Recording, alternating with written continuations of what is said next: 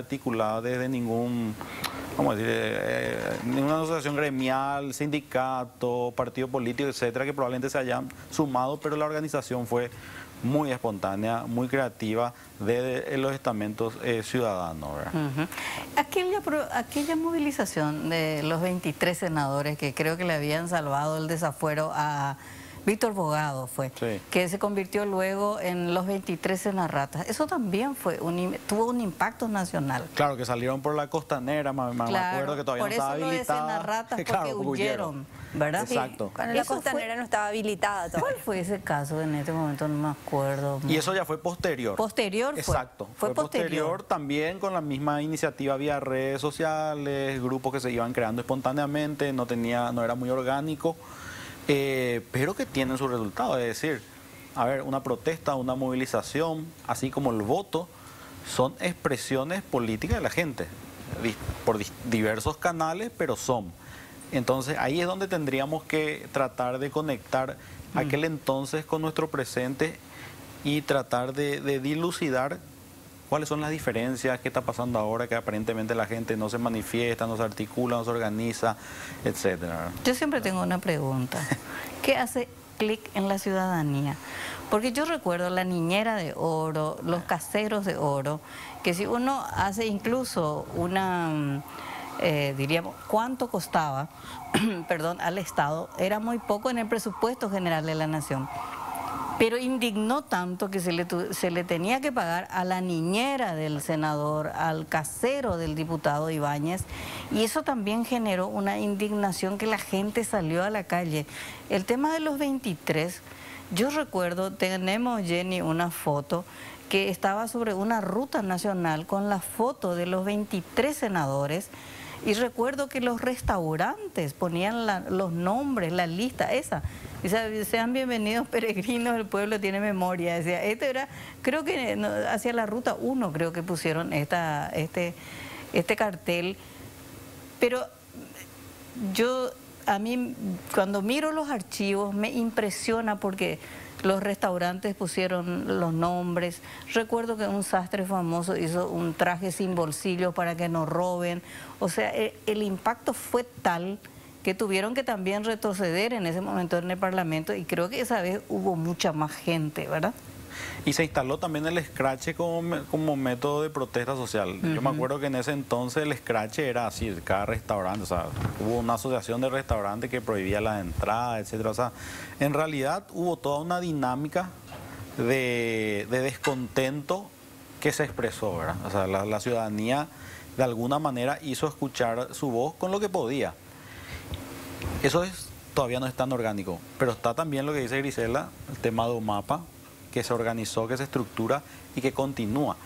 Eso es lo que tenemos que tratar de juntar, ¿verdad? Todo ese descontento que está bien, que explote en las calles, que explote en los escraches, pero que también se articule de una manera más orgánica, de forma que nosotros podamos incidir en el proceso político. Porque de eso se trata. A mayor organización, mayor capacidad de incidir en el proceso político. A mayor capacidad de incidir en el proceso político, es más probable que se den algunos cambios, que no siempre son en el corto plazo, pero sirven para avanzar y para generar ese puntapié, de manera que en el futuro o en el mediano plazo sí se puedan concretar los cambios que tanto pedimos. Ahora, Griselda, no es fácil la organización, porque la organización es un compromiso. Es un compromiso de tu tiempo libre, que tenés que ir a reunirte, tenés que organizarte. ¿Cómo es? ¿Cómo sostienen eso? Sí, y la verdad que es con mucho compromiso, mucha convicción. Todas las personas que forman parte de las diferentes organizaciones ciudadanas creo que tienen un alto grado de compromiso y ese convencimiento que decía Maxi de que es necesario hacer ese esfuerzo. O sea, de hecho, yo considero que toda movilización es importante y suma, pero el salto a constituir una organización es necesario para poder ir construyendo otro tipo de sociedad. Pasa que nosotros tenemos todavía como una sociedad muy marcada por la dictadura. Si bien han pasado 35 años, todavía todos tenemos una abuela, un abuelo, papá, tío, que te dicen no te metas, no, ¿para qué desperdicias tu tiempo organizándote?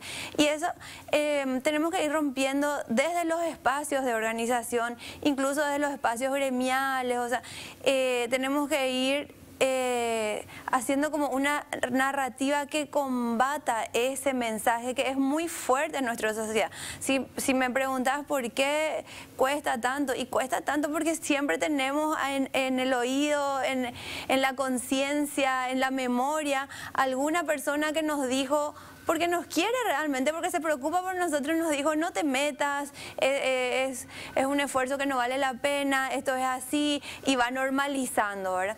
Yo creo que eso ha pasado lastimosamente con el tema de la corrupción, ¿verdad? Por eso es que años atrás, unos 5, 6, 10 años atrás, los hechos de corrupción eran el detonante. Hoy ya no, porque se ha normalizado inclusive, ¿verdad? Entonces yo creo que el detonante será hoy muy próximamente la suma de todos estos abusos. O sea, y creo que vamos avanzando, y si bien parece que no existiera como una movilización masiva que nos junte, en realidad están surgiendo y consolidándose varias organizaciones. Así como PAMA hay otras que, por ejemplo, hace también casi un año vienen combatiendo la proliferación de estaciones de servicio, y que han logrado por lo menos que se escuche su reclamo. Estas señoras digo señoras porque son la mayoría señoras, eso también es importante destacar, como las mujeres hacen siempre un esfuerzo mayor para ocuparse de los problemas que afectan el día a día. Sí, a la comunidad, el día a día de la comunidad, de las familias, justamente.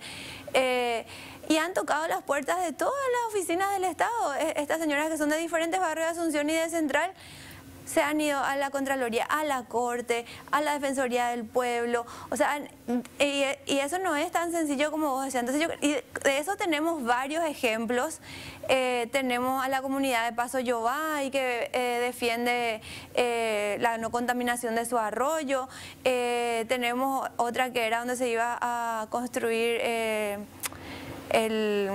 el vertedero, que ahora no me acuerdo en qué zona también, de Arroyos y Esteros. Que la gente se organiza y defiende su comunidad, defiende lo que le afecta directamente a su vida. Entonces cuando digamos, logremos sumar todos estos esfuerzos, imagínate lo que va a hacer esto. O sea, yo creo que hay que ver también en positivo de que la gente sí está aprendiendo que tiene que organizarse, que sumado esfuerzos se avanza, ¿verdad? Si bien ciertamente estos antecedentes de manifestaciones espontáneas han hecho también que la sociedad vaya superando un poco esto de no te metas, pero me parece que la clave es combatir esa narrativa del no te metas en organizaciones, no te metas en política, no dediques tu tiempo a esas cosas, ¿verdad? ¿Y cómo están viendo ustedes? Yo lo que veo así a partir de esa lista que hiciste, Griselda, es muy importante destacar, porque es importante mostrar los frutos, las victorias, las pequeñas victorias ciudadanas, ¿verdad? Yo creo que este tema del CONE, que tuvo que sacar una resolución para ya no habilitar más las facultades de medicina de las universidades Garage, no fue por decisión política, porque la decisión política fue sigan habilitando, porque ese es un negocio de los amigos, de los Correlí, y de los Correlí cuando hablo de colorados y liberales, porque hay muchos dirigentes liberales detrás de la Universidad de Garage.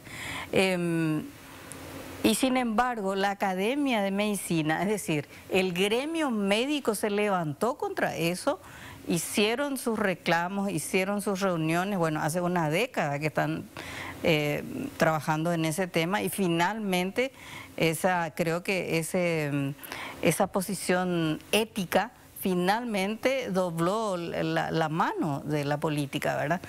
Y en ese sentido les quiero preguntar, yo no sé si ustedes militan en partidos políticos, pero hay como un divorcio entre los partidos y los problemas ciudadanos. Finalmente uno no ve a los partidos políticos que estén tomando la bandera del mejor servicio del transporte público, de la salud pública, de la educación, etcétera, etcétera, etcétera. Hay como un divorcio, ¿verdad? Sí, yo creo que existe ese divorcio. Creo que también, a ver, desesperanza y desencanto, ¿verdad? Desesperanza, por un lado, se manifiesta en la poca organización, la poca concurrencia en las movilizaciones, etcétera, varias manifestaciones de protesta social. Y el desencanto en general, bueno, por la falta de concurrencia de los jóvenes a las urnas, ¿verdad? Que es algo también que yo siempre vengo notando y que me llama la atención, porque nosotros tenemos inscripción automática, ¿verdad? Tenemos o sea, nuestra franja es, nuestra pirámide así, o sea, debería explotar esto de jóvenes en cuanto a ir a votar. Pero también noto yo que tenemos al partido gobernante, por ejemplo, que suma muchísimos jóvenes a través de incentivos que de por ahí no responden a una mejora sustancial en la calidad de vida a largo plazo a través de una política pública, mucho menos una política de Estado, sino a cuestiones más te consigo un trabajo acá, te consigo un laburo acá, tu papá, tu mamá, etcétera, las seccionales que fungen como Estado, ¿verdad? Hablando de jóvenes, ¿no? Fue decadente mirar las elecciones en derecho 1. Vos tenés derecho 1, ¿verdad? Que se repite y pasan a engrosar. Esos son la gente que son operadores después del Son nuestros partido. Futuros fiscales y jueces. Exacto. Entonces es como decir, bueno, sí, divorcio, pero otra vez vos ves cómo, vamos a decir, los grandes partidos logran también captar adhesiones y militancia a través de este tipo de dádivas. Entonces ahí está lo preocupante, ¿verdad? ¿Cómo podemos generar fuerza política que encarne un discurso de mejora de calidad de vida y que eso arrastre base social? Esa es una buena pregunta, ¿verdad? Y ya que hablaste de las elecciones en Derecho 1, yo creo que ese tipo de espacios es lo que hay que disputar justamente, porque desde el gremio estudiantil es donde deberían salir las posibilidades de otra forma de hacer política, otra forma de hacer militancia, otra forma de organizarse como sociedad. Sin embargo, el partido de gobierno, el Partido Colorado, otra vez se mete con su forma prebendaria, clientelar. Esto de Derecho 1 se caracteriza luego por muchísimo dinero que no conlleva con lo que podría ser la vida de un estudiante, ¿verdad? O sea, desde sorteos de vehículos, sorteos de no sé qué, muchísimo alcohol gratis, o sea, es como mucha forma estirada de las seccionales, mucho de lo que el Partido Colorado ofrece a nivel nacional, ellos ya reproducen desde la facultad. Y es ahí donde tendríamos que poner la mirada, la prioridad, porque es en los centros de estudiantes, es en los sindicatos, es en esas primeras formas de organizarse que tenemos las personas donde deberíamos construir otra forma. Pero como los jóvenes ya encuentran eso al ingresar a la facultad con 18, 19 años, claro que no logran construir otra forma de militancia, o es muy difícil, ¿verdad? Y finalmente van cayendo. Y una cosa que yo creo que tiene el Partido Colorado es que no tiene problema de hablar de política. Y yo creo que las personas que hacemos políticas en la oposición hemos caído en esa trampa de que la narrativa de que es algo malo hacer política. La antipolítica. Sí, la antipolítica. Y también tenemos hoy en el Congreso la consecuencia de esa antipolítica, ¿verdad? Porque hemos dejado que eso nos gane y nos anule inclusive en la vida pública, porque yo considero que sí, los que hacemos política, yo me considero una persona que hace política hace bastante tiempo, sí estamos en las movilizaciones, sí estamos en las organizaciones ciudadanas y en las reivindicaciones que consideramos prioridades para mejorar la calidad de vida de nuestro país, pero a veces parece que hay como un puritanismo de hablar de que también sos de un partido político, también sos de un movimiento político. O sea, no solamente, por ejemplo, yo milito por el transporte público, por un mejor servicio de transporte público, sino también yo milito desde la oposición y quiero que haya un cambio en los espacios de poder, ¿verdad? Un cambio político en los espacios de poder. Entonces, creo que esa disociación que hacemos, inclusive porque nos ganó ese discurso de lo que lo político es malo, es lo que hay que corregir. Porque el Partido Colorado claramente no tiene ni una vergüenza de hacer política y va captando jóvenes, como decía Maxi, sin ningún problema, con esa práctica prebendaria y que tiene consecuencias tan terribles para nuestro país finalmente, porque son justamente los que después llegan otra vez a los espacios de poder y siguen reproduciendo. Además ya son clanes, o sea, ahí ya le tenemos al hijo de pujando por el centro de estudiantes. ¿Y cuál sería el interés de alguien de una familia ya sumamente privilegiada a dirigir el centro de estudiantes de una facultad? Obviamente es ahí la de empezar a tejer sus redes de prebenda, del clientelismo, de lazos políticos de privilegio, ¿verdad? Entonces, lo que nosotros tenemos que hacer, creo yo, como militantes también de oposición, es disputar esos espacios, es darle el mensaje contrario a los jóvenes que van ingresando a la vida laboral y al mundo universitario. Tiene la oferta de lo que ya es lo del Partido Colorado y todo lo nefasto que es, y nosotros tenemos que entrar a dar otra oferta, otra forma de hacer política. Tenemos que dejar el puritanismo y hablar de la importancia que es meterse en política, de la importancia para nuestra sociedad de que nos involucremos, de que le dediquemos este tiempo, de que debatamos, de que hablemos de qué país queremos, de que hablemos la importancia de la alternancia en nuestro país, hablemos de todo lo que nos afecta a 70 años de un mismo partido, de una misma forma de hacer política. Entonces, me parece que eso, hay que tratar de dejar de caer en estos discursos que son antipolítica, antimilitancia, el no te metas, el ya que... Y por supuesto que eso cala todavía hondo, porque hemos tenido episodios también difíciles, ¿verdad? Como, no sé... la movilización contra la enmienda que terminó con la muerte justamente de un joven militante liberal como Rodrigo Quintana, ¿verdad? Esas cosas nos afectan. Entonces, lo que tenemos que, creo yo, es juntarnos todas las fuerzas, todas las organizaciones, todas las personas que consideramos que este país tiene que cambiar, que consideramos que la sociedad se merece otro tipo de vida, consideramos que es importante respetar a las personas y hacer frente al partido de gobierno. Sí. ¿Vos también coincidís con la visión de Griselda de que se cayó en la trampa de la antipolítica? Totalmente. Creo que incluso, es más, para ser más contundente, hay un divorcio absoluto entre las organizaciones de la sociedad civil y militancia partidaria. Sí, eso para completar, nomás a veces cuando se hacen manifestaciones se pide que no se lleve banderas partidarias. No, totalmente, no, pero y aparte... o sea, que caímos en la trampa. Uno mientras no milita en algún partido político, sigue siendo puro.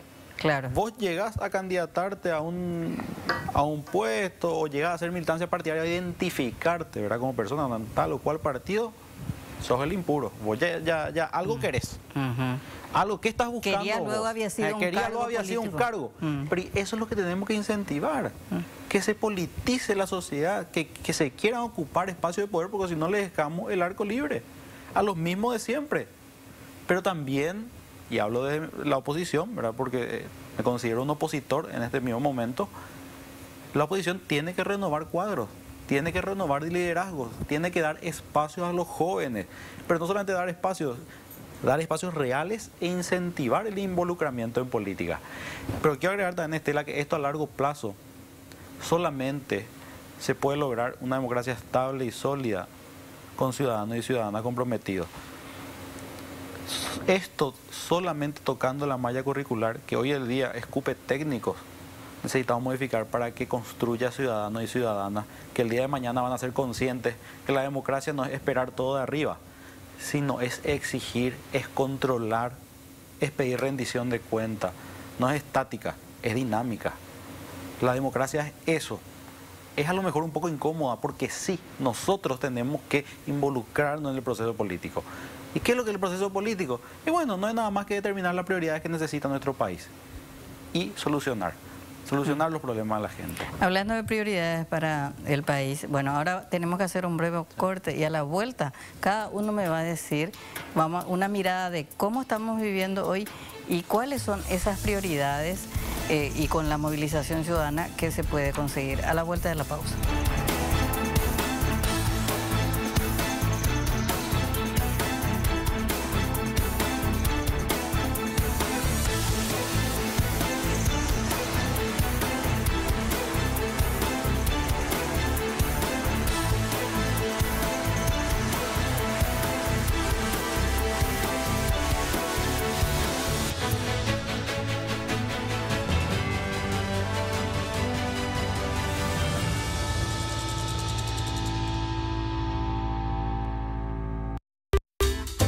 O para cuando el fútbol con amigos y la fiebre se...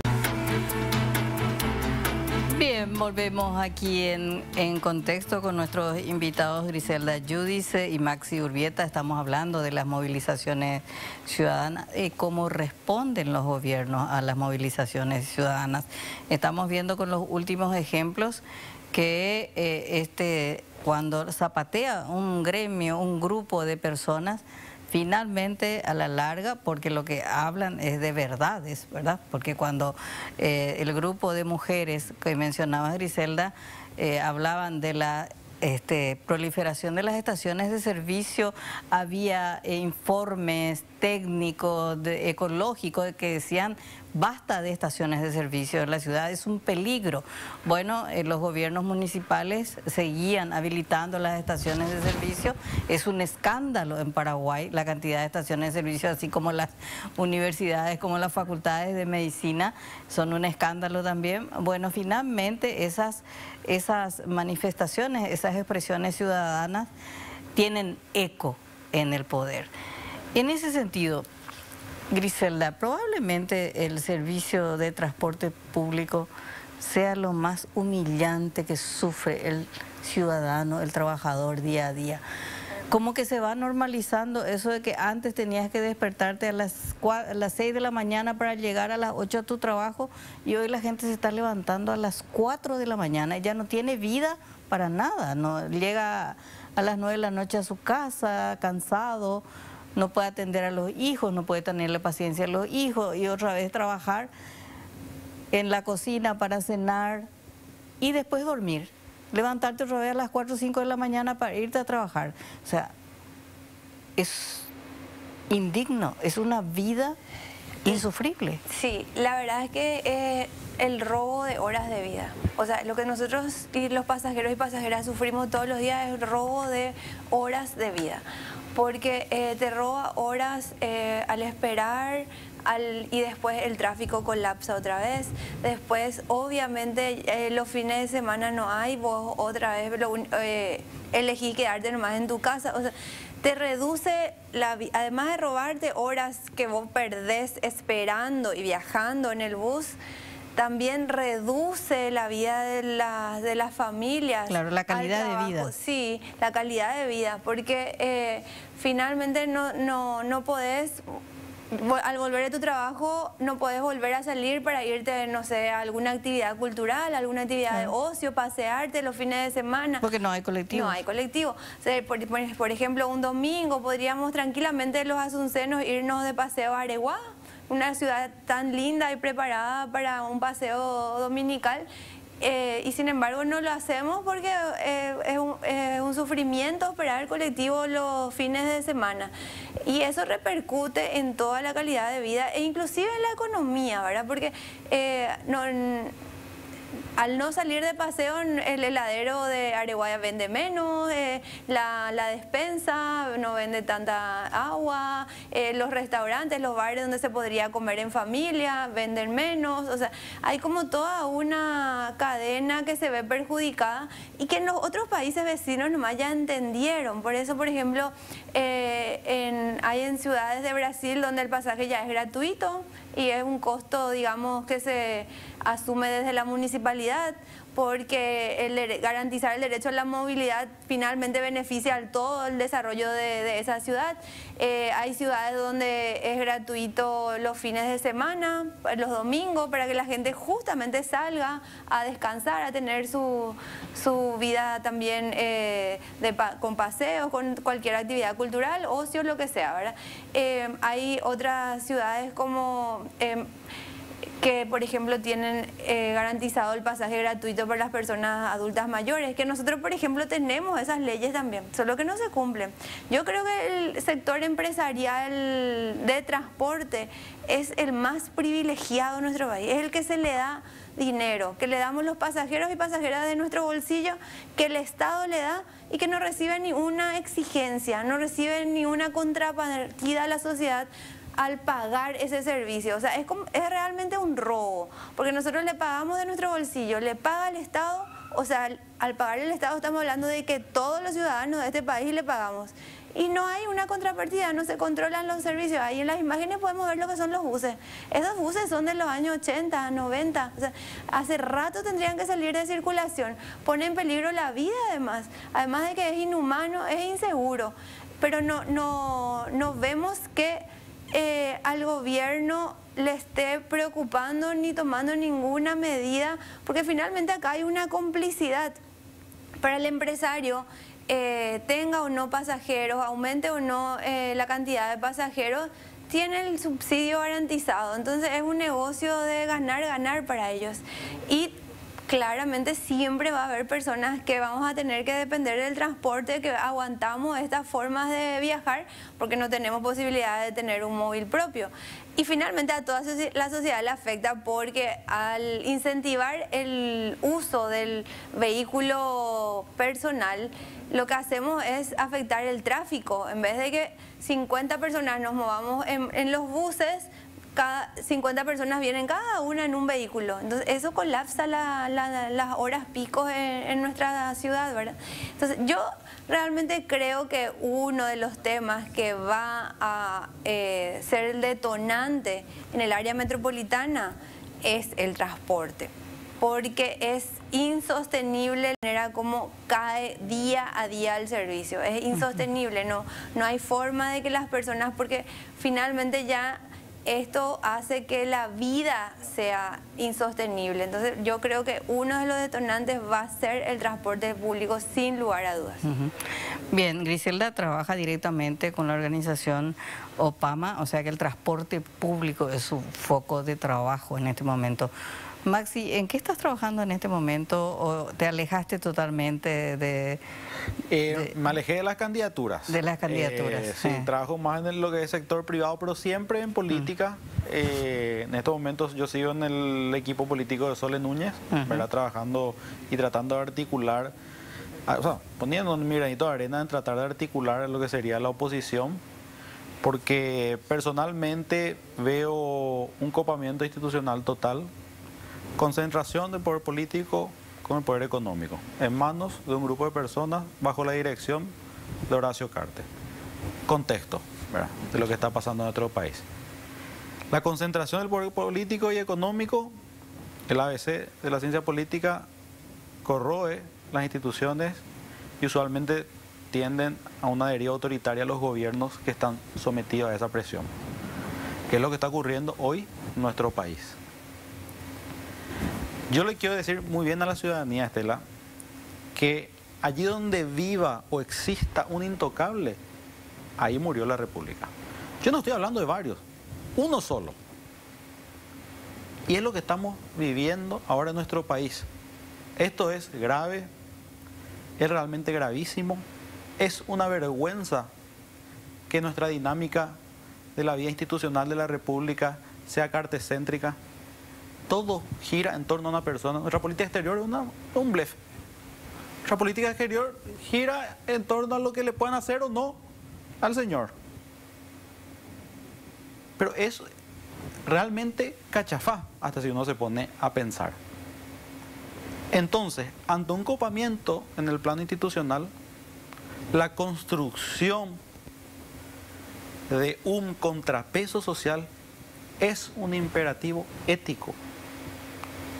Y eso tiene que ser de alguna u otra manera guiado por la oposición política, que está empezando a articularse. Yo no voy a entrar en el discurso de que todo es culpa de la oposición, porque ahora pues resulta ser que los 70 años, sí, tenemos nuestra autocrítica, tenemos nuestros análisis, nuestros balances, nuestros errores de lo que hay que aprender, pero no todo es culpa de la oposición. Pero sí nos está costando encontrar el horizonte.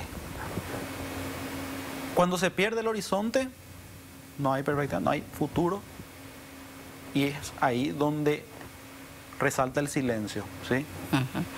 Ahora, Maxi plantea un debate como mucho más de la defensa de la democracia, de cómo funciona una república. Y vos, Griselda, estás ahora trabajando, yo sé que trabajas en política también, pero trabajando con un tema que tenés contacto directo con el sufrimiento ciudadano. Y en ese sentido, más allá de que si ustedes se organizaron y están hoy en OPAMA, que está trabajando muy bien con datos, revelando los negociados en el transporte público, cuando hablan con la gente, ¿qué sienten? ¿Cómo que? Porque te digo, yo estoy en La Lupa los sábados y a veces solemos, reflejar un poco el tema de las reguladas, la falta de colectivos los fines de semana, y siempre que se va el cronista y habla con la gente, y la gente dice, sí, aroma una hora, pero como que no se queja, ¿verdad? Cuando vos pones un micrófono a un ciudadano argentino que le pasa lo mismo, bueno, explota de indignación. Claro. Sin embargo, nosotros somos como un pueblo sumiso, como que nos pasan las cosas y claro, pasa que también es un pueblo que no conoce sus derechos, entonces cree que lo poco que se le da son privilegios, ¿verdad? Entonces, pero Griselda, me gustaría que me explicaras un poco eso, sí, porque es algo que se sufre todos los días, porque a nadie le es agradable subirse a un transporte público en Paraguay. Claro, es que yo creo que el proceso de conciencia política, la construcción de ese paso que nos cuesta a nosotros como sociedad todavía, y que por supuesto los otros países han avanzado, digamos, esa construcción que necesitamos desde las esferas, así, desde la educación, desde los espacios donde se tiene que empezar a debatir formas de organizarse, formas de tomar decisiones. Y lastimosamente acá lo que decía, para mí lo principal es combatir esto que te decía del no te metas, pero en todas las esferas, o sea, en el barrio, y no tiene que ver tanto para mí con la meritocracia. Cuando yo digo educación no me refiero a que seamos todos becal, ¿verdad? O sea, no me refiero a eso. Yo creo que al intento de educación, me refiero a la educación cívica, de participación, de enseñar a la sociedad, de dar posibilidades de participación, desde la comisión vecinal, desde la escuela, con la elección de delegados. Toda esa práctica de educación cívica es lo que creo que va a cambiar nuestras posibilidades. Porque ahora, hasta ahora, ¿verdad? Pero arrastrado desde la dictadura, tenemos, como te decía al principio, eso de no meterse, no involucrarse, que es luego un trabajo extra, que de hecho sí es un esfuerzo extra, pero la gente como que todavía le cuesta valorar esa posibilidad de ser parte protagónica de la toma de decisiones, ser parte de las exigencias, y después por eso se dificulta, como decía Maxi, el tema de que la gente quiera ir a votar luego, ¿verdad? O sea, ahora las prácticas del Partido Colorado han inficionado en todo en nuestra sociedad. Entonces, si no te vas a buscarle a la persona, no se quiere no ir a votar. O sea, es así. O sea, para mí los cambios son bastante, digamos, necesarios, pero complicados. O sea, hay que ir cambiando de a poco con paciencia desde las escuelas en el sentido de incentivar la participación, el debate. O sea, que tampoco es algo que hacemos, ¿verdad? Por supuesto, cuando nosotros vemos en otros países, cuando se le pregunta a los niños, a los adolescentes, a los adultos, te tienen una respuesta política bastante construida. Acá no, porque no se incentiva luego eso. No se incentiva la participación. Generalmente se le enseña a los niños que cuando habla la profe o los adultos tienen que callarse, y en las sociedades más democráticas eso se combate, ¿verdad? Se le incentiva a los niños, a los adolescentes, a los jóvenes a participar, a expresarse, a debatir. Yo creo que es un proceso en el que tenemos que incentivar, facilitar y tratar de convencer a las personas que vale la pena. Y eso que decías es muy importante, entender que los logros que vamos teniendo no son concesiones nomás del gobierno, son producto de mucho esfuerzo, de organización, de lucha, ¿verdad? Que claro, la propaganda cartista quiere mostrar como que son sus propias decisiones, pero no es así. O sea, lo de la prohibición de construir más estaciones de servicio es producto de la lucha de esta organización que se llama Ñandere Cojare. Y los resultados que vamos teniendo, por ejemplo, cuando nosotros hicimos la última movilización que hicimos en calle Conopama, hicimos con los estudiantes secundarios, e inmediatamente el gobierno les mandó llamar y les prometió las tarjetas para cumplir el boleto estudiantil. Sin embargo, lo estaban haciendo, pero lentamente al final, ¿verdad? Pero digo, hay como reacciones del gobierno a las movilizaciones. Eso es lo que la ciudadanía tiene que ver. A veces quieren ocultarnos estos resultados, pero son resultados de las organizaciones. Así que yo lo que le aliento siempre a las personas es a organizarse y reclamar, a expresarse, a no tener miedo, a que vale la pena, a que todo lo que tenemos hasta ahora, que puede parecer poco, pero que es un gran avance, lo hemos logrado desde diferentes momentos de lucha. O sea, las mujeres hemos logrado tener una ley de protección contra todo tipo de violencia. Incluso las mujeres en Paraguay recién logramos votar en los años 60. O sea, todo eso es producto de luchas. Nada nos regalaron desde los espacios de poder. Entonces, me parece importante que empecemos a valorar esto. Los derechos que tenemos y los esfuerzos de que se cumplan esos derechos tienen que ver con esfuerzos de luchas que vienen de décadas, de esfuerzos de organización. Claro. Ahora, ¿cómo le convencemos a la sociedad de que esa lucha es de todos y es para todos? Y enfrente tener una cultura del individualismo, que es la política prebendaria y clientelar. Es decir, yo le coopto a Maxi, ¿verdad? Veo que es un dirigente que está haciendo un trabajo, a Griselda, y le digo a Griselda, ¿querés ver a trabajar el Estado? Te doy un cargo, ¿verdad? Y el problema que se plantea también, y quizás la autocrítica que se tiene que hacer la oposición, es justamente dejar de depender de las migajas que le da el Partido Colorado y no caer en la tentación del negocio, de la prebenda y de la clientela. Porque cuando uno ve en estos últimos tiempos, pero esto ha sido que creo que ha sido el gran fracaso del Partido Liberal Radical Auténtico en estos 30 años de democracia, haber clonado, diríamos, el comportamiento del Partido Colorado, haber pactado la repartija del Estado y finalmente todos quieren ser funcionarios públicos, ¿verdad? Y estamos viendo en este momento una cooptación tipo trofeo político de mostrar quién se está afiliando, qué liberal se está afiliando al Partido Colorado, una concejal de Frente Guazú creo que se afilia y se muestra como trofeo. Entonces lo que estamos viendo es, y sobre todo los jóvenes dicen, pero este atajo es más fácil, si yo me voy por este camino voy a tener un salario bueno, probablemente no trabaje, ¿verdad? y va escalando, ¿verdad? Solamente que dentro de poco el Estado va a explotar, ya no va a haber cargos para la prebenda. En algún momento esto va a explotar. Pero, ¿cómo convencer a la sociedad que ese trabajo, hay trabajo de esfuerzo, de lucha, y el resultado es comunitario, es para todos, no es para uno? Bueno, es muy difícil.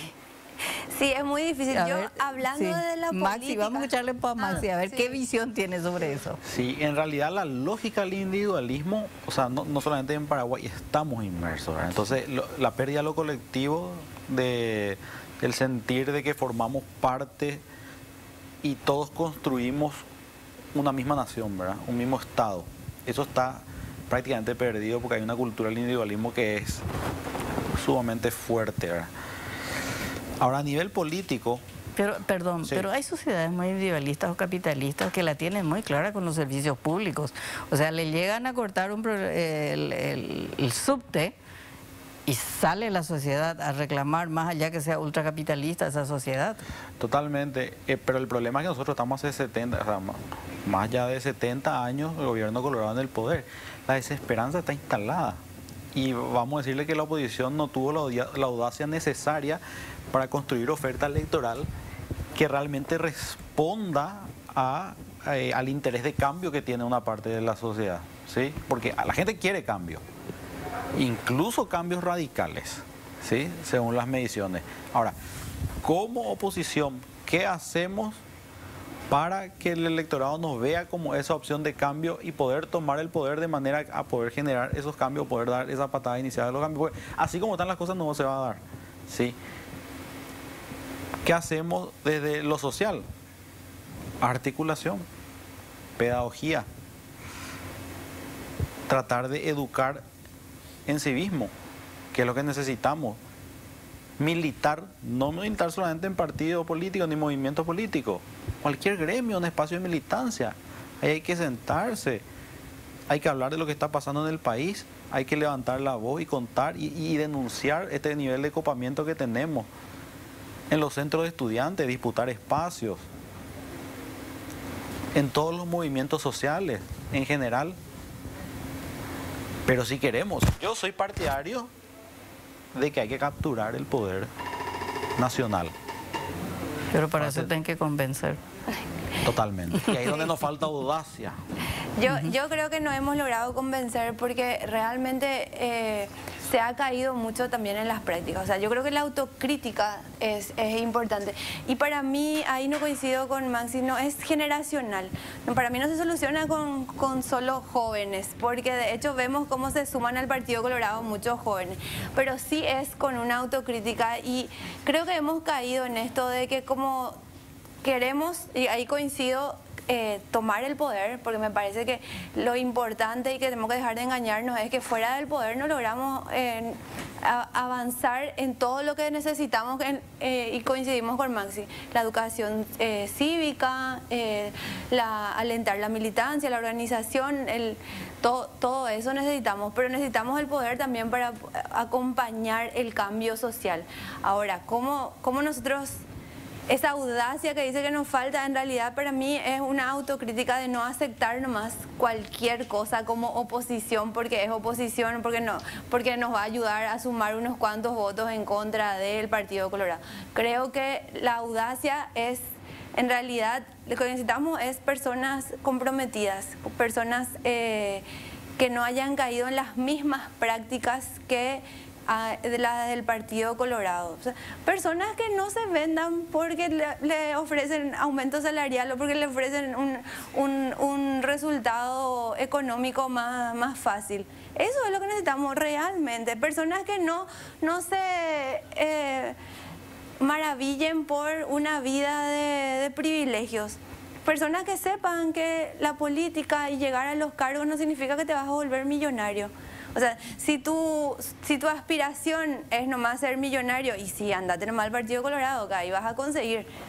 Si tu aspiración es cambiar la sociedad, cambiar para bien, para lo colectivo, como decía, para la comunidad, para que todos para que en vez de que unos cuantos nomás se llenen el bolsillo, todos tengamos medicamentos, para que en vez de que unos cuantos nomás se llenen el bolsillo, todos tengamos transporte, todos tengamos educación, todos tengan desayuno y almuerzo escolar, que nadie más pase hambre. En este país de 6 millones de habitantes no puede ser que tengamos la cantidad de gente que tenemos en situación de calle, la población indígena abandonada en la calle, cuando no son más de 100.000. O sea, es una vergüenza la falta de políticas públicas. Pero lo que nosotros necesitamos es, en la oposición, apostar a un recambio, ciertamente, ahí coincido con Macia, un recambio, pero a un recambio real de pensamiento ideológico es el problema. O sea, porque si vamos a hacer mal recambio generacional, la juventud no te garantiza que no va a caer en la prebenda, que no le importe volverse millonario del día a la noche. Lo que necesitamos es un recambio de pensamiento, de aspiraciones. ¿Para qué quiero el poder? ¿Para cambiar o para hacerme millonaria? Esa es la pregunta.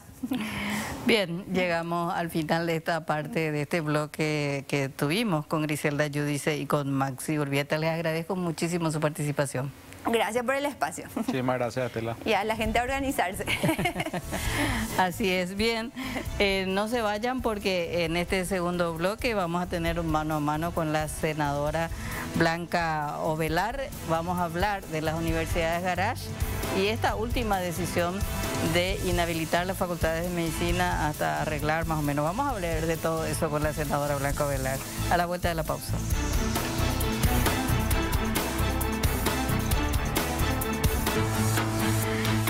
Bien, ya volvemos con nuestro segundo bloque. Le agradecemos muchísimo a la senadora Blanca Ovelar por esta visita. ¿Cómo está?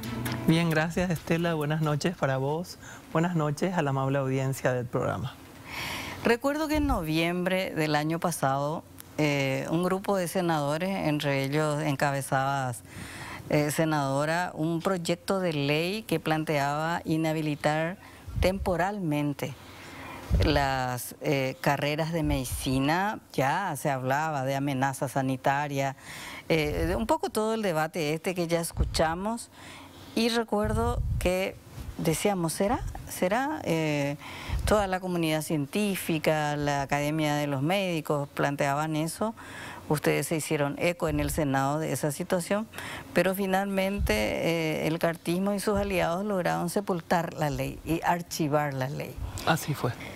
Y hoy, finalmente, luego creo que de un escándalo nuevo a través del CONES que habilitó 4 nuevas carreras de medicina, y hubo una especie de levantamiento, por llamarlo de alguna manera, de la comunidad médica, como que dan el brazo al torcer, y finalmente el CONES decide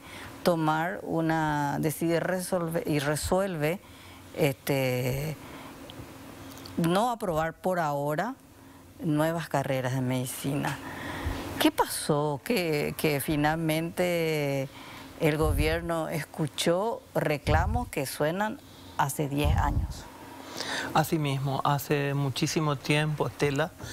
Y yo creo que la problemática es compleja, porque está vinculado en primer lugar en una ausencia por mucho tiempo del Estado en la conducción de la política de educación superior.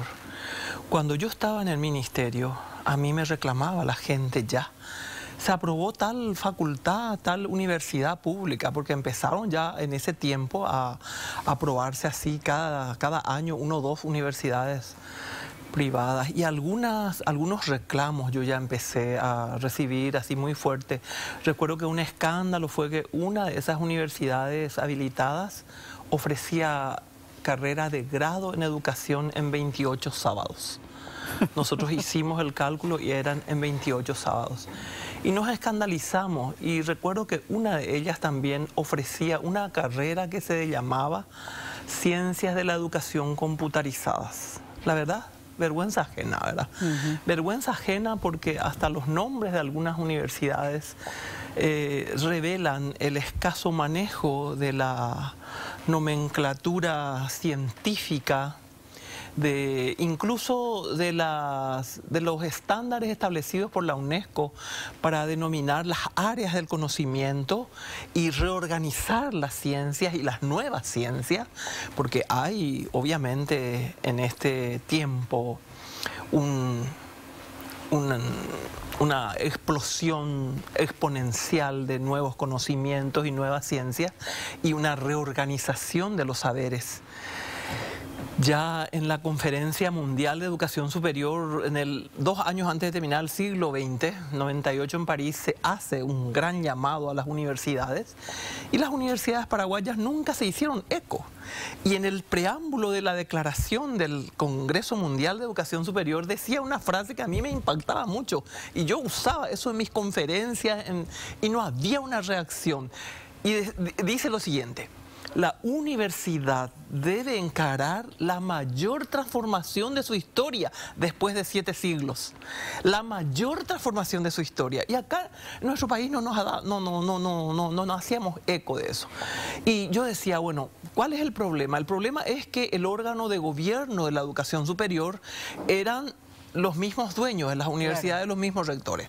Y entonces queríamos que el Estado esté presente, porque en la ley 136 del 93, que era la ley de universidades anterior, antes de la ley actual 4995 de educación superior, solamente se mencionaba al ministerio en el artículo 8. ¿Y sabes qué decía? El título habilitará el ejercicio profesional, una vez registrado en el Ministerio de Educación. Solo ahí se mencionaba y era solo para registrar el título. Una cuestión administrativa. Así mismo. Cuando se promulga la ley, nos dimos cuenta que sale un nuevo órgano de gobierno y entendimos que de hecho el diseño institucional del órgano de gobierno, que es el CONES, no iba a tener, por esa composición que tenía así amplia, no iba a tener la fuerza. Y enseguida nos dimos cuenta, ni la fuerza para corregir las distorsiones de un sistema que ya estaba a la deriva, de un sistema que ya definitivamente había crecido en forma absolutamente incontrolada, heterogéneo, desregulado, sin control, sin transparencia, sin rendición de cuentas, sin un Estado que orienta hacia dónde. ¿Dónde está el Estado que dice hacia aquí va la formación? Ya no más abogado y sí biotecnología para poder producir en todas las estaciones o realmente tecnología para producir y agregar valor a nuestra producción primaria. ¿Dónde está el Estado que orienta eso? Eso no existe. Se pensó que el CONES tendría que tener esa función, es más, se le otorga en la ley esa función al CONES, pero el CONES no tiene, en su diseño institucional no tiene la fuerza. Pero teníamos una buena noticia, estaba ya representado el Estado. Y ahí estaba el representante del Ministerio de Educación y decimos, siendo el Ministerio de Educación el órgano rector de la educación, tiene que estar en la gestión del sistema. Bueno, ese fue el argumento principal por el cual se movilizó y se cambió incluso hace poco la ley. Y vaya sorpresa, no fue para mejorar, sino para empeorar, ¿verdad? O sea, realmente nosotros estamos en un profundo pozo. Estamos en un profundo pozo donde la educación superior es objeto de lucro, es objeto de un lucro descarado, que no tiene ya miramientos, por eso no hay forma de frenar este afán de ofrecer medicina en la frontera, ¿verdad? Y para colmo, nos quieren ahora instalar un relato desde el propio Estado de que es una cuestión que no entendemos nomás los números. Claro. Y que había sido que no entendemos los números y que con los números que tenemos estamos muy bien y podemos seguir abriendo 10 facultades también. O sea, nos están tomando el pelo. Le están tomando el pelo a la sociedad, a todo el mundo, a los estudiantes. Es un problema de escala. ¿Qué cree que pasó, no es una cuestión solamente de criterios ni de condiciones y requisitos que se tiene que evaluar mejor para ver si cumplen o no. Pueden tener toda la fachada que tengan, de hecho ya no son de garaje, son de edificios buenos, hermosos laboratorios, material didáctico, tienen todo, lo que no tienen es ciencia. porque la ciencia se hace en la práctica. La ciencia se hace en la acción de la teoría con la realidad. Y la realidad en la formación del médico está en el hospital, en el encuentro con la cantidad enorme de números de pacientes, de casos similares, para ir estudiando y perfeccionando y profundizando qué otras variables pueden existir. Eso se da con Pero a mí me sigue sorprendiendo, senadora, porque a veces uno espera de la comunidad universitaria, de los rectores, de los decanos de las universidades, que tengan una mirada como la suya, ¿verdad? Y escuchaba en este debate de la Academia de Medicina algunas cifras que yo decía. En Uruguay, decían, hay 2 facultades de medicina. Claro. Un país serio. Sí. En Chile hay 15 y ya consideran un escándalo. Sí. Nosotros tenemos 44 facultades de medicina. Sí. Y no tenemos, aparte de 3, 4 grandes hospitales, no tenemos ni siquiera las 4 especialidades básicas los 7 días de la semana, las 24 horas del día. En esos sitios donde están esto. Realmente aquí el afán del lucro y sobre todo una nebulosa que hay en la ley. Yo creo que en algún momento, Estela, vamos a tomar como sociedad, y yo creo que el ámbito gubernamental, parlamento, poder ejecutivo, vamos a tener que tomar y mirar esta cuestión del financiamiento de la educación. Yo no tengo nada en contra de la educación privada per se. Yo soy republicana y para mí la educación pública es clave para el desarrollo, y para mí un Estado republicano tiene que garantizar que ninguna persona que tenga las aptitudes para hacer la educación superior deje de hacer por pobre. Ese es para mí un principio de vida. No tengo nada contra la educación privada, porque la apertura de muchas universidades privadas permitió en el Paraguay aumentar el acceso a la educación superior. Eso es indiscutible.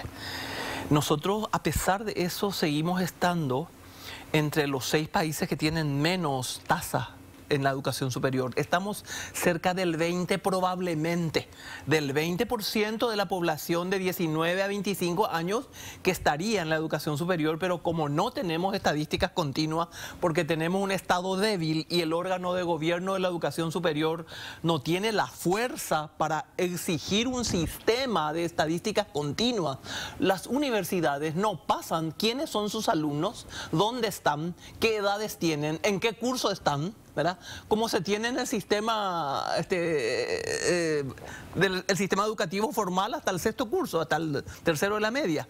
O sea, cuando yo fui ministra, empezamos a participar del sistema WEI, que es un sistema mundial de indicadores, sus siglas en inglés, educación, sistema de indicadores del mundo, ¿verdad?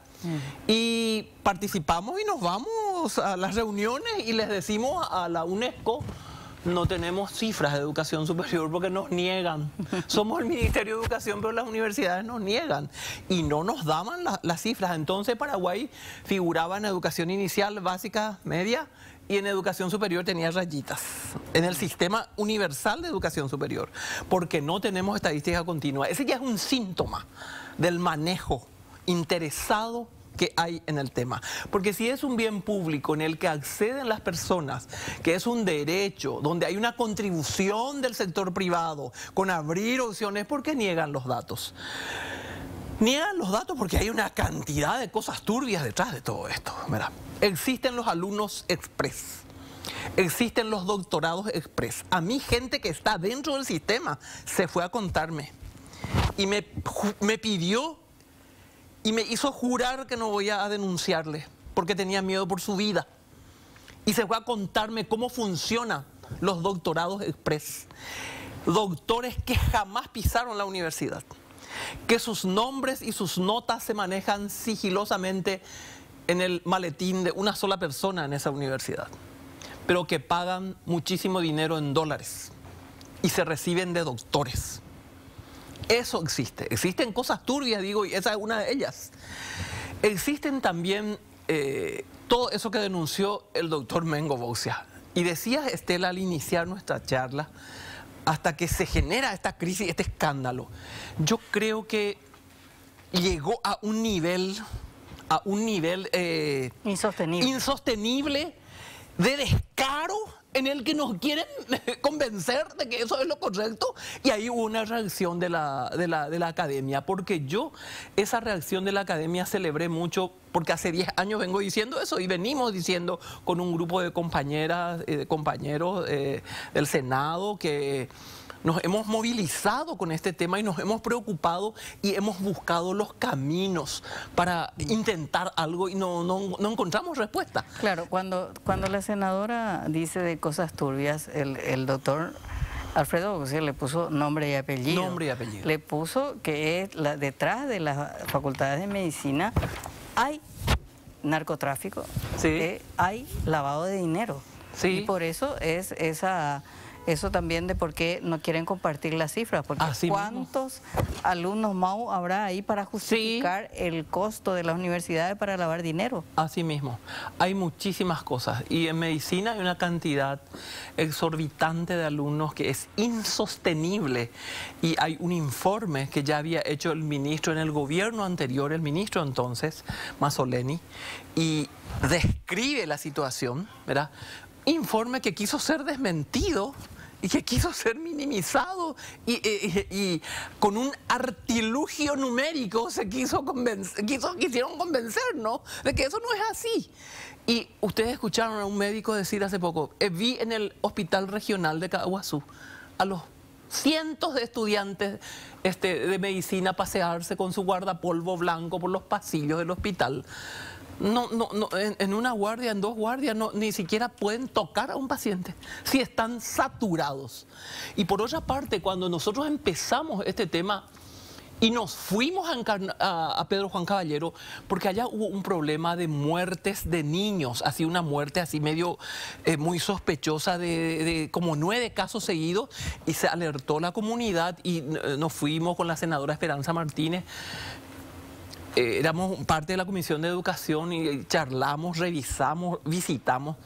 Y lo que más a mí me impactó en esa visita es recorrer el hospital y escuchar a los pacientes. Y dije, aquí no se tiene en cuenta el derecho del paciente. El paciente que se enferma y se va en un hospital público, ¿pero por qué tiene que cargar con 20, con 50 y con 100 estudiantes que tienen que hacerle la misma pregunta? No le dejan descansar. El paciente necesita recuperarse. Tiene que haber una ética en el manejo del paciente. Una ética. ¿Quién cuida la salud emocional de alguien que está enfermo y se va ahí? Imaginen a una mujer embarazada que tiene problemas, que tiene amenaza de eclampsia, que está ahí cada rato. Los pacientes nos decían, no podemos descansar, no podemos descansar, vienen, nos hablan en portugués. Recuerdo que uno de ellos, un señor, nos relató en guaraní, y fue tan tremendo todo eso que trajimos ese debate al Senado. Y desde allí empezamos y dijimos, vamos a cambiar la ley de educación superior, vamos a recomponer ese CONES para darle una mayor fuerza. Nos dábamos cuenta que no, pero tratábamos también que no se debilite políticamente el CONES. Entonces, le llamábamos al CONES en reuniones así más cerradas y le decíamos nuestra crítica, pero no queríamos hacer públicamente por una noción de patria, para no debilitar al órgano que era nuestra única esperanza que pueda poner las cosas en su lugar. Y nos dimos cuenta que no funcionaba, porque había sospecha, incluso empezamos a escuchar por ahí denuncias.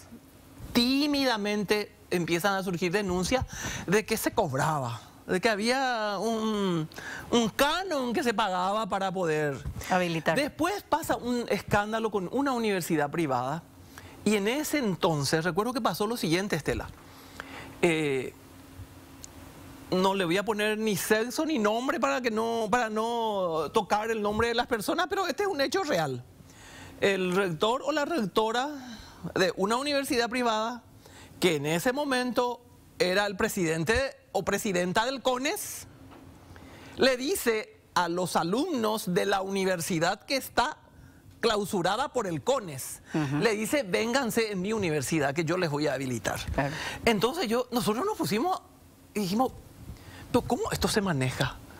¿Dónde está la ética pública? Quienes dirigen, cierran una universidad, los que se sintieron afectados dicen que el cierre, la clausura fue arbitraria, que falta información, hay un debate, los alumnos en la calle pidiendo, y mientras tanto el rector o la rectora invitando a los alumnos a llevar a su universidad. Problemas muy serios, muy de fondo. ¿Cómo no vamos a reaccionar ante eso? Yo te agrego Pero ¿dónde estamos? El Estado tiene que garantizar una ética pública en el manejo del bien público. Pero la Universidad Jesuítica había planteado hace más de 4 años su apertura y el rector, el presidente del CONES, como le competía esta universidad, la probable universidad, cajoneó 4 años la habilitación. Y otra universidad antes ya, mientras se habilitaba la Universidad Jesuita, San Ignacio de Loyola, que es el padre de los jesuitas, su nombre ya se fue con otra universidad privada.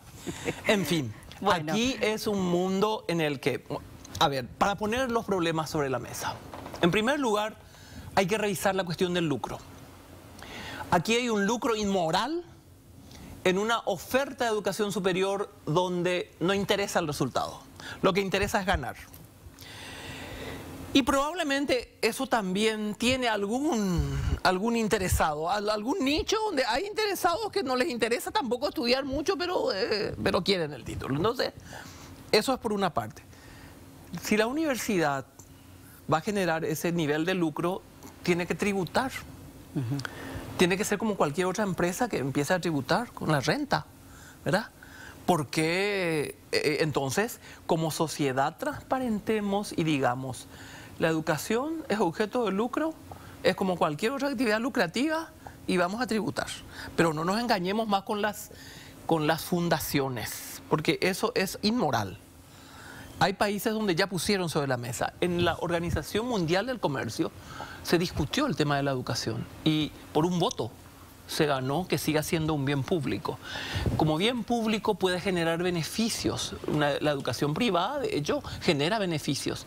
Pero esos beneficios tienen que ser de rendición de cuentas públicas y tienen que ser reinvertidos en quienes las generan. Paguemos mucho mejor al rector, paguemos mucho mejor al decano, paguemos mucho mejor a los profesores, pongamos mucho más internet, 5G, pongamos plataformas, pongamos bibliotecas, materiales, pongamos aire acondicionado, paguemos becas, pero que se haga como son las universidades.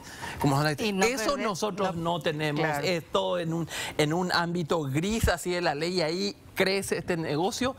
Y antes ya nos preocupaba y nos dolía cuando ofrecían educación en 28 sábados. Y cuando ofrecían contabilidad los sábados de tarde y ofrecían derecho los sábados de mañana. Pero cuando empezaron a meterse con carreras ligadas directamente a la vida, ahí sí ya nos toca de otra manera como sociedad. Y ahí tenemos que reaccionar y eso es lo que está sucediendo.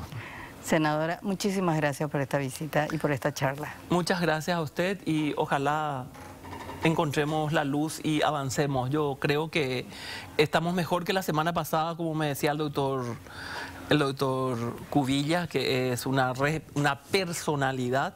Yo creo que nadie tiene tantos lauros internacionales como él, un investigador, y él también se escandalizó y estuvo, y así es que yo creo que toda esa voz al unísono de tantas celebridades del ámbito de la ciencia en nuestro país, de la medicina, hizo que tengamos por lo menos este paréntesis, y yo abogo porque este paréntesis sirva para reencauzar y que no mañana nos vengan con un nuevo análisis de datos con el que nos quieran tomar el pelo.